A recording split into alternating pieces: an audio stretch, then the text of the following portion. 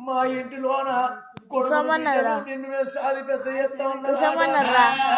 రాజాన రాజుకు అప్పుడు ఏమన్నారు నేను గిట్ట ఇళ్ళల్లో బతుకుతే నా కొడుకు ప్రాణం తీసేది తెలియదు నా బిడ్డ ప్రాణం తీసేది తెలియదు సాధినోళ్ళ వాళ్ళ ప్రాణం తీసేది తెలియదు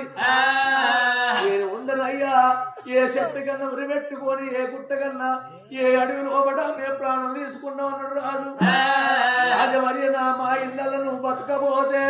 అలనాటి కాలం లోపల నువ్వు కట్టించిన ధర్మశాలలు ఉన్నాయి ధర్మశాలలో బతుకు అన్నరాట వచ్చిన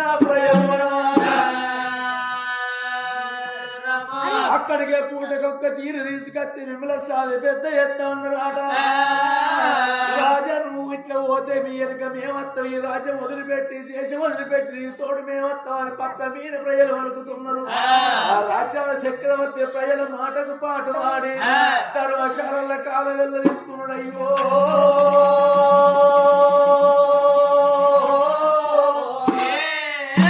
పిల్లగలను ఆట వెంచే పిల్లగల నోట వెంచుకుంటా ఇద్దరు పిల్లగలను పట్టుకొని ధర్మశాలలో కావాలని ఇస్తున్నాడు రాజు సంగతులు అక్కడ ఉన్నది ఇక్కడి సంగతి